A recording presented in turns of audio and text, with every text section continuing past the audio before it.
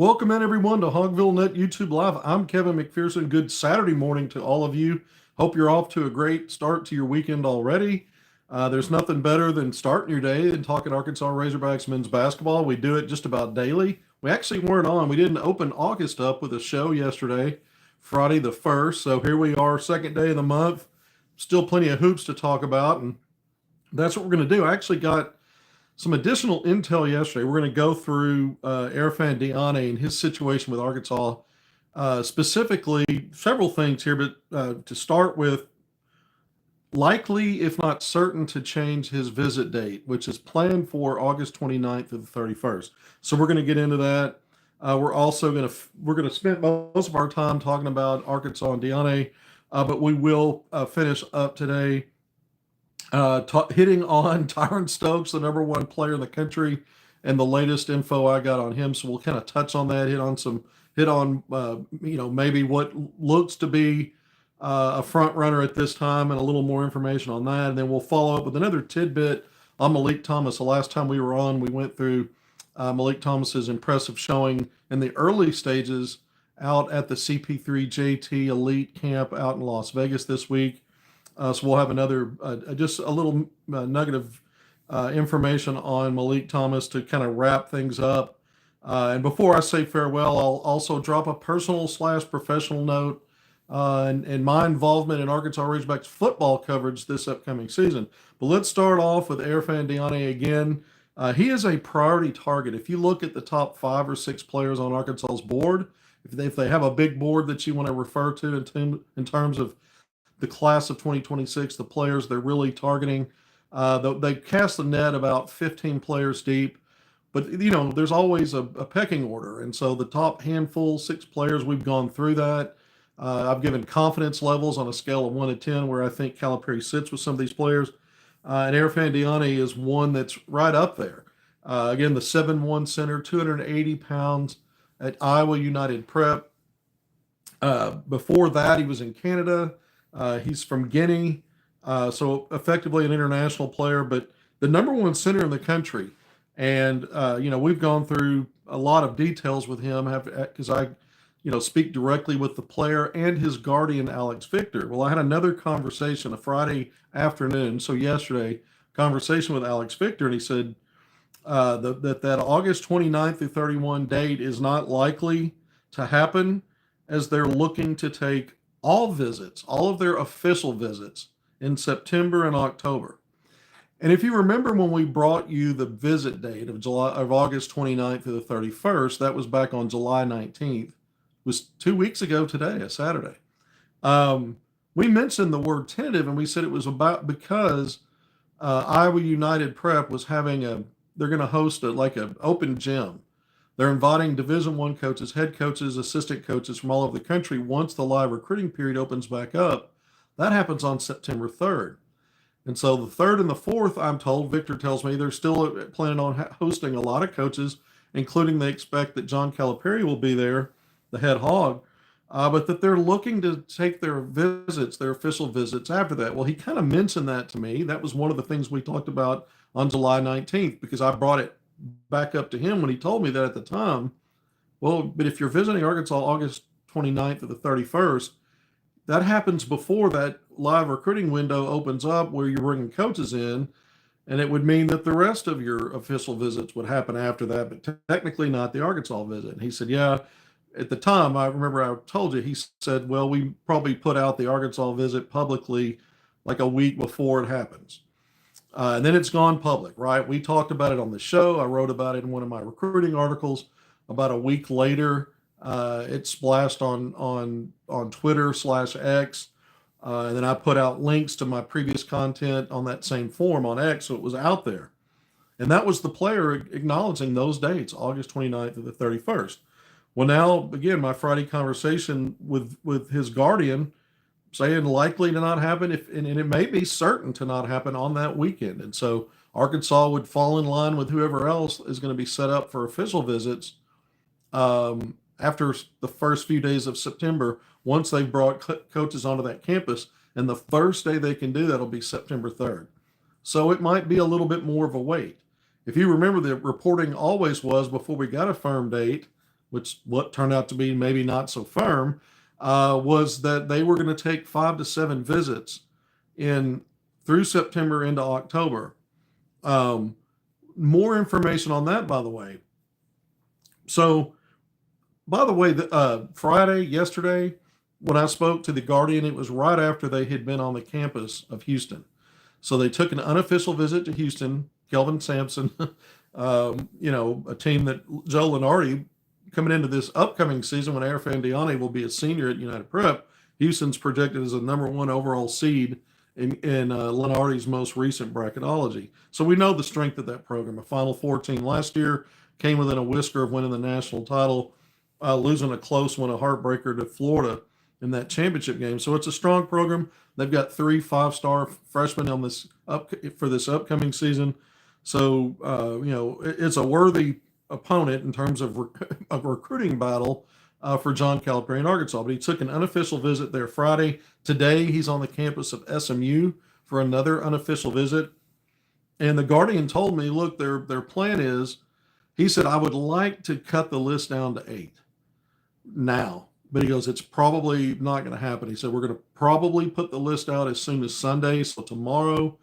And he goes, there'll be probably at least 10 teams on that list, on that final schools list.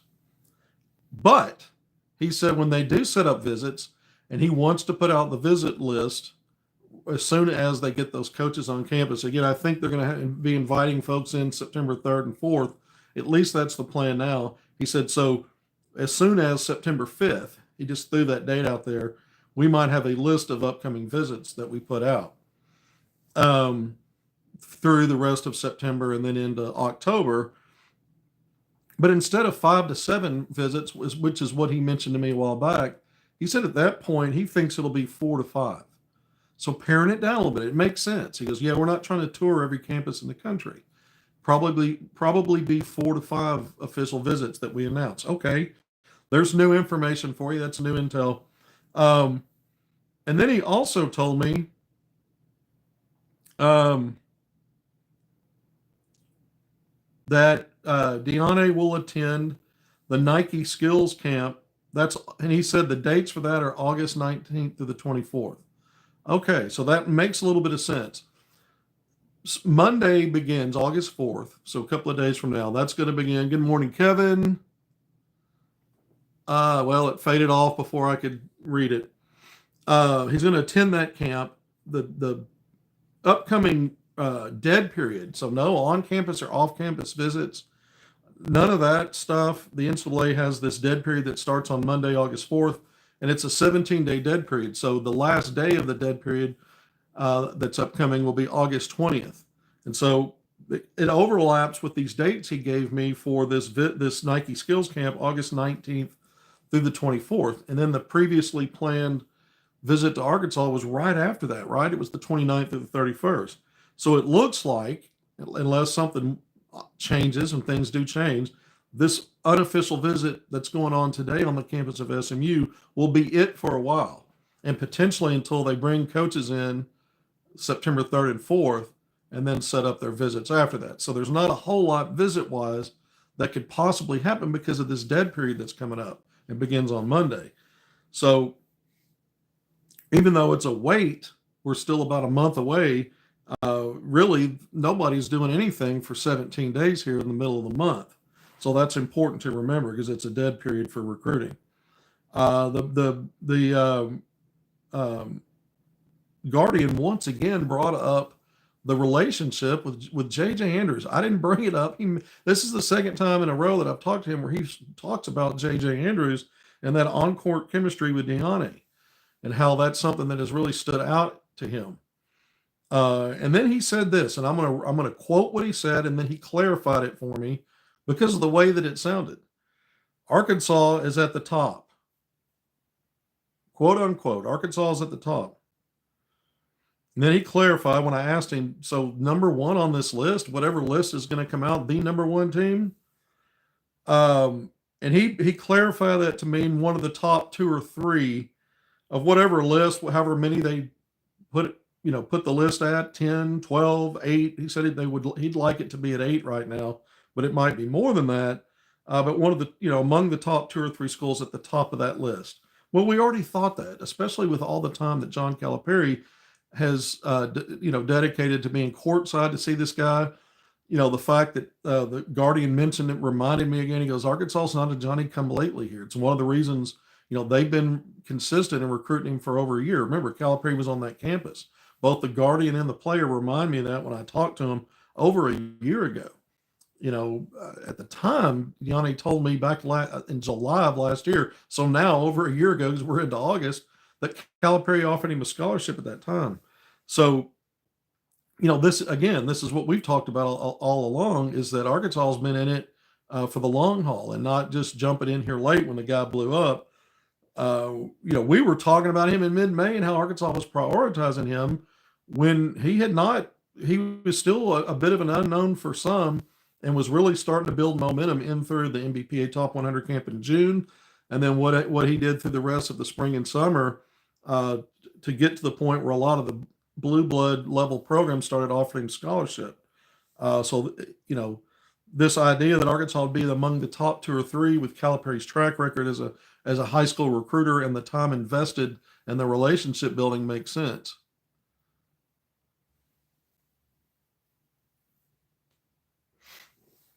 I see some of the comments coming on. Thank you. I was trying to look at a few of those and blurry eyed as usual. So saying that Arkansas is at the top is pretty cool. And again, this is a thing when I look at it now, when I reflect on this change, you say, well, doesn't that sound a little dicey? I don't think it's dicey. I just think it's a matter of what we see all the time in recruiting. Visit dates change. And I'm not 100% resolved to the fact that they still won't visit that weekend. I think they wanted to, for the way that things appear, for optics, they wanted to have their official visits after they brought coaches in. So it is a little awkward if if you've got one of those OVs set before that, unless, that's just really the only time it could be worked out. So I'm not 100% convinced that when the dust settles that he won't be on campus at the end of August. Although now it sounds like it's probably not going to happen. So, I'm not absolute about things. That's why I leave the door cracked. Maybe that still happens and they just want to take attention off of that because they want to bring in as many people to showcase their program as they can. When I say people, talking Division I coaches for that early live recruiting period. We know last year it opened on September 4th. This year it's September 3rd. I won't forget it. Calipari was on the road immediately, crisscrossing the country, going to high school campuses to see the top players that he's recruiting that start then to build up now to some of these guys. Some of them were class of 2025 guys. Some were 2026 at that time. And so this time, in September of this year, it'll be 2026 guys and 2027 when you're looking at that next recruiting cycle. Players that Arkansas was able to start contacting on June 15th for class of 2027. And we've already seen offers go out to that class beginning in mid-June. So this is just the cycle of recruiting. So I get what they're doing over there and why they want to get as many coaches as they can in and then put a visit list out just after that and then start taking those visits. I get it. They're busy up until that point. So that might be the best way to do it. So that would be the reason why the change. It's not a situation where you're looking at going, I'm a little squeamish now. Maybe they're second guessing the Arkansas visit. Again, I don't see it that way. It's really just about functionality in the calendar. But I'm going to leave the door cracked if they still do it at that time, but probably not. All right, let's move on. Everything sounds promising, though. Saying that Arkansas is at the top, even if you're in the top 2 or 3, which is, again, what I would have speculated. I mean, we've said Houston is a serious player. UConn's in there. We'll see if some other schools that have prioritized him as well will jump into that mix over these next few weeks. Remember, even if it's a dead period, you still going to have contact. You just can't go off campus or bring players onto your campus. And there's all kinds of stuff that can happen that can shift the board, right? This vice versa. Arkansas could get to a point where maybe there's something to do with NIL or something else that's going on that shifts things. That's also part of recruiting. But I do think I still have a confidence level above the midpoint. When I do that scale of 1 to 10, I'm above a 5. I've been ranging from 5.5 to 6, somewhere in there. You hear something like that. The next time I do an update in the next few days on my 1 to 10 scale on Arkansas's priority targets and my confidence level, I'm probably going to increase that confidence level a little bit with Airfan Deion. All right, let's move on to the other business that we talked about. We're 15 minutes in. Thank you for joining me on HogvilleNET YouTube Live. I've mentioned on here the number one player in the class, Tyron Stokes, gifted 6'7" wing, has already taken several visits. Louisville, his hometown, he took last year. Kansas, where he visited in May. He also visited Kentucky in June. And, he expressed back in May this desire that Arkansas would be a place he wants to visit. And then recently his mom was on the record and spoke about it. And she said, USC, Oregon, and Gonzaga would be the places they're looking to set up visits. So maybe that's true. But she left out Arkansas. And so you're starting to think, well, maybe Arkansas is on the outside looking in. I pay attention to what Calipari was doing. Courtside for every one of his games has made him a huge priority. And the people that cover this on a national level believe that Arkansas is still in the mix to get a visit. They think that Arkansas is one of the teams that's probably going to end up in the top 4 or 5 schools when the dust settles and get a visit. That hasn't changed a lot. The folks that cover, the beat writers, the ones that are really closely covering Kentucky, like I cover Arkansas, the ones that are talking to players and parents and coaches, and really drilled in, dialed in, and not getting as much secondhand information. Sure, there's some of that, but really on the front lines. And I value that. So I talk to these people, because I understand that they're, trying to be as objective about it as they can. But when it's Kentucky, one of the big blue bloods, right? You wonder sometimes, are they getting over their skis? But the ones I talk to, I trust they get good information. But when we're talking beat writers and folks that cover that, or analysts for, Kentucky's their main cause over there. But I spoke with another one of those writers. So multiple have shared with me they think Kentucky leads for Tyron Stokes. And we've talked about that here. I spoke with one of those again yesterday, reached out to me trying to get a feel, anything new with Stokes and an Arkansas visit. And we don't have anything there yet. But what was interesting was they had just heard from one of their NBA sources. Now I have mine, and I say this all the time. It's weird, the cross section. High major assistants have a lot of information about the team you cover that's not their team. They don't want to talk about as much their teams. They don't want to give away any relevant things that they want to keep close to the vest. But they'll talk about stuff they're getting about other teams, and they're pretty dialed in because coaches talk to each other. But the NBA folks are also very closely monitoring and have ties with the college game, because the college game is the biggest feeder system into the NBA. So they get a lot of information. So this one Kentucky beat writer plugged in with an NBA source had just spoken with him. And that NBA source said that they think that person believes that Stokes is imminent. It's imminent that he's going to end up at Kentucky. And it may be one of those things that goes public sooner rather than later. That's what the Kentucky beat writers NBA source told him. Well, my NBA sources from experience have a lot of good information about the college game. I just went through that. And so, this is someone whose job it is to vet the information they get. And they're not going to run to me with a rumor. They're going to run to me with what they think is valid information. Doesn't mean that it's true. It just means that it's not just something they heard. There's something they put a lot of stock in. And so I'm, by proxy, I'm doing the same here, which is interesting. But I think the other thing that's interesting is there continues to be a lot of chatter in the background that Arkansas, there's belief that Arkansas, may have a visit planned with Stokes that hasn't been announced. And then the questions become, is there a reason why it hasn't been announced yet? Is either party backed away from that? And we know Calipari will back out of something. He's not going to be part of, a player, a pawn in a game where you're trying to drive up NIL money somewhere else. One of the other talking points is that Nike is somehow maybe pushing and hoping for Stokes to Kentucky. Well, we just mentioned the other 2 schools he's visited outside of Kentucky, Kansas and Louisville. They're both Adidas schools. Nike wants to obviously keep the number 1 player in the country that played on its circuit, keep it in the fold and incentivize that. We know players get shoe deals. They can announce a deal at any time. Darius Acuff Jr. hasn't played a minute of college basketball. He's got a nice Reebok deal, and Reebok doesn't sponsor college teams anymore. Stokes at Kentucky, yeah, I mean, we'll see. We'll see. That's what it's starting to sound like, but we'll see. And we'll see if Arkansas is really in it. I just think it's interesting.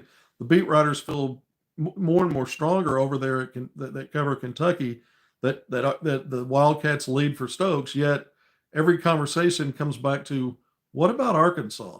They know from firsthand experience how Calipari rolls, and they know he was courtside for all these games, and he's been in it for the long haul. You talk about that open recruiting period that began this last recruiting cycle on September 4th.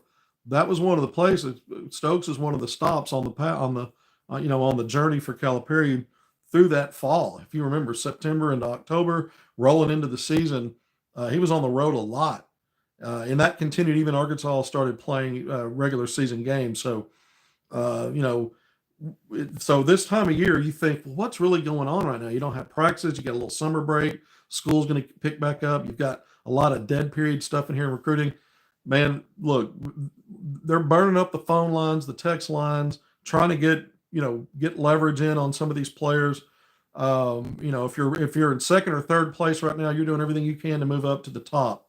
And so it never sleeps. And that's why we talk about it. It's why we come on here, because my phone's blowing up daily, all day long, with people wanting to talk recruiting. And sometimes they're bringing me information. Sometimes they're asking for it. But it's fascinating to me because when you've got the best recruiter to ever do it and you're in on these top level guys, there's a lot more information going back and forth. And you do have to parse out the stuff that's really kind of wild and rumor. I'll probably bring 20% or less of what I get onto these segments. And a guy like Tyron Stokes, we'll see what actually happens here. We'll see if Kentucky really is in the lead.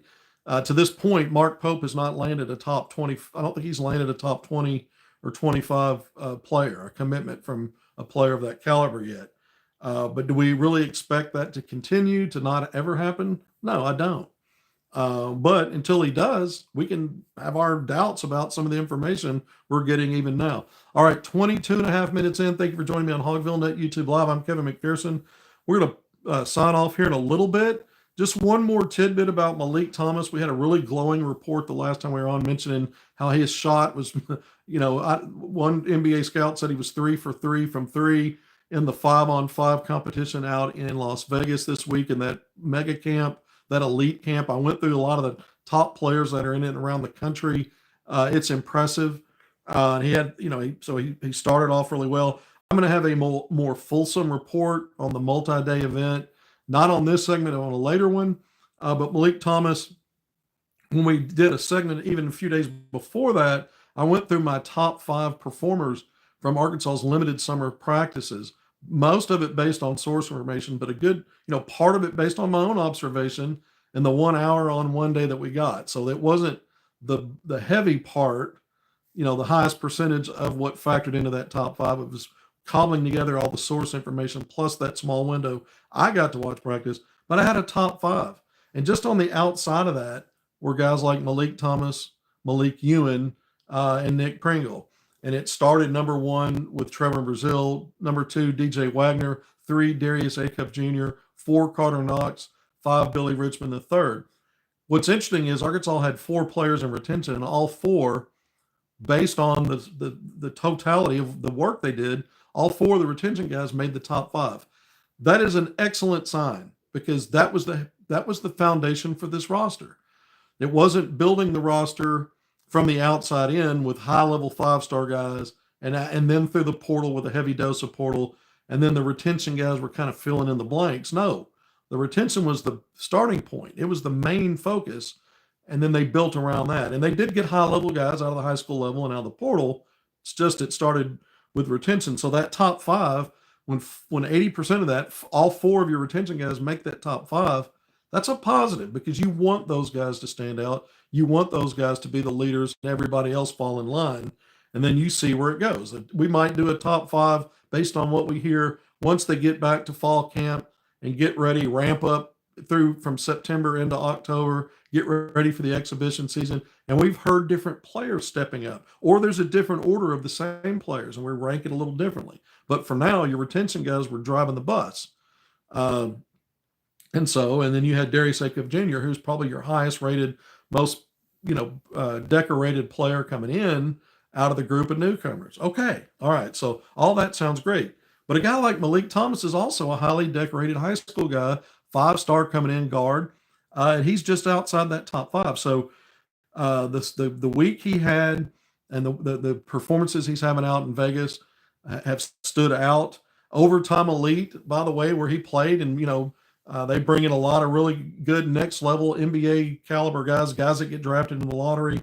Put out a tweet after my reporting, including some of the tweets I put out about Malik going off and being a human torch out there in Vegas.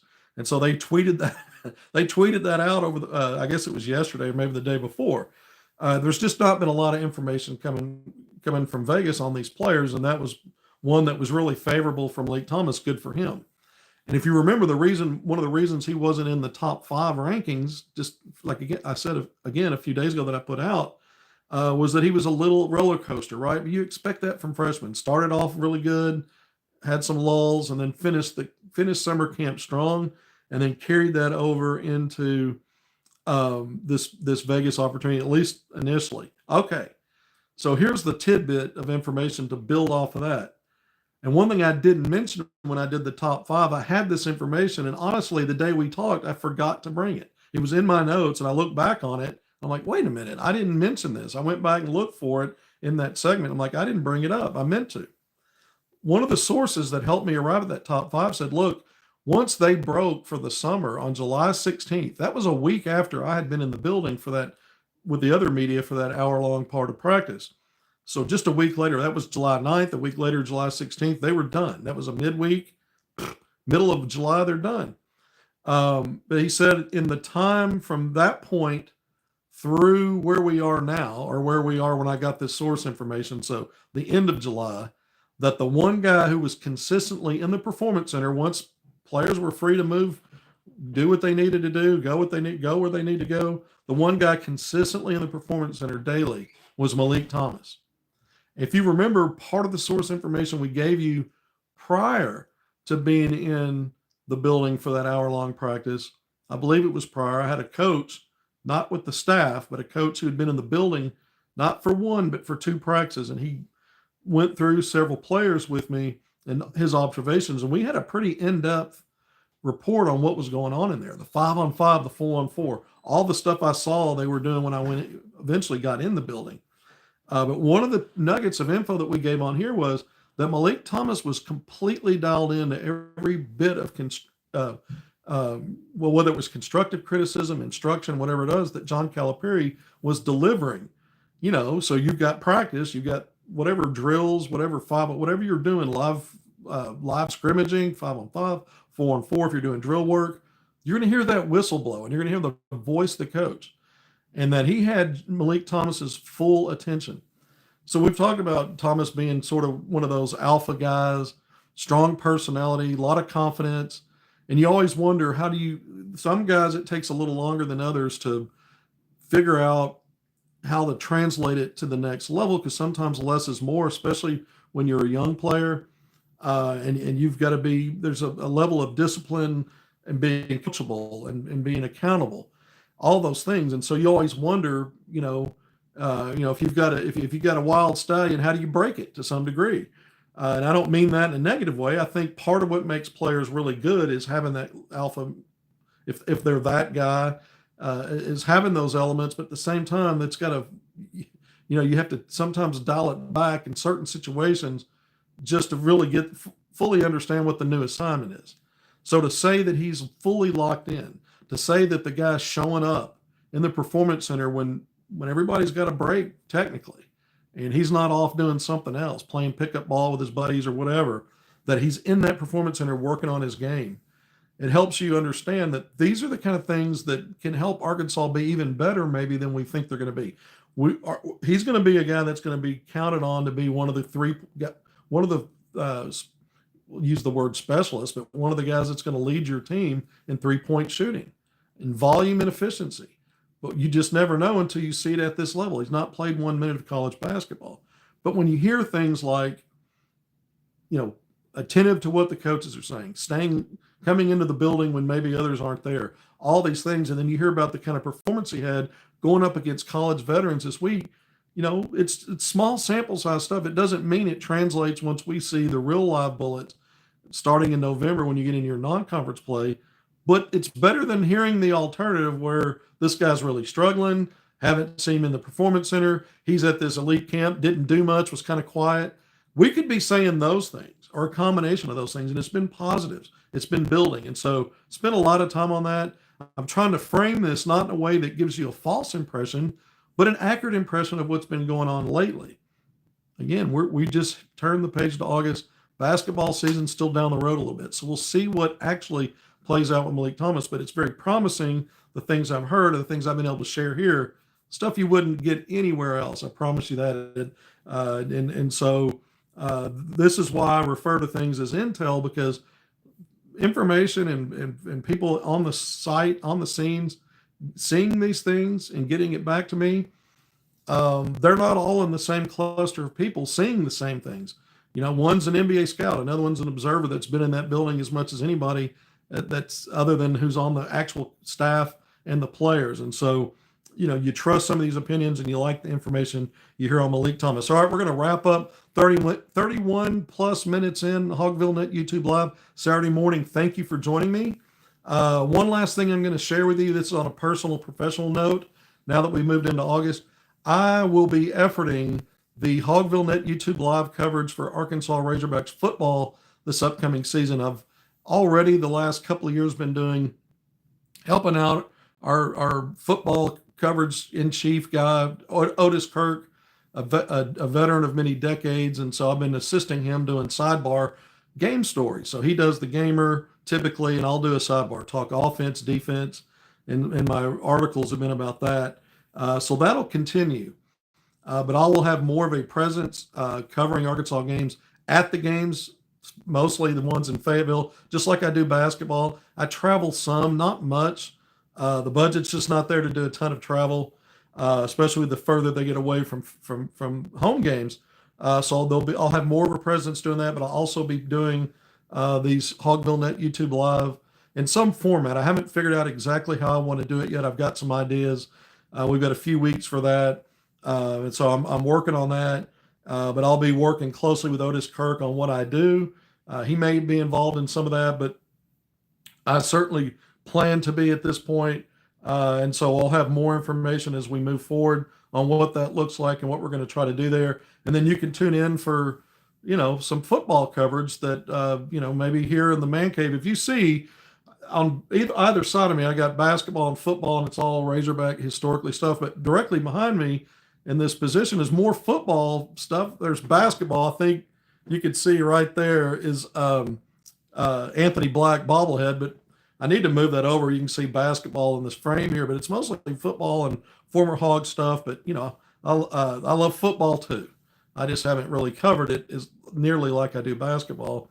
Not even close, but we're going to bring that. So hopefully you'll tune in. I'll give you more details and share more on that via my Twitter account over at hogville.net, as well as the next couple episodes. If I firm up something that's a little more precise in terms of how we're going to deliver these programs and when, I'll bring that information here as well. Thank you for joining me on HogvilleNET YouTube Live. Please hit subscribe, like, and share. If you haven't done it already, it really helps us out. Until next time, be good. Thanks for being here. Appreciate all of you. See you soon.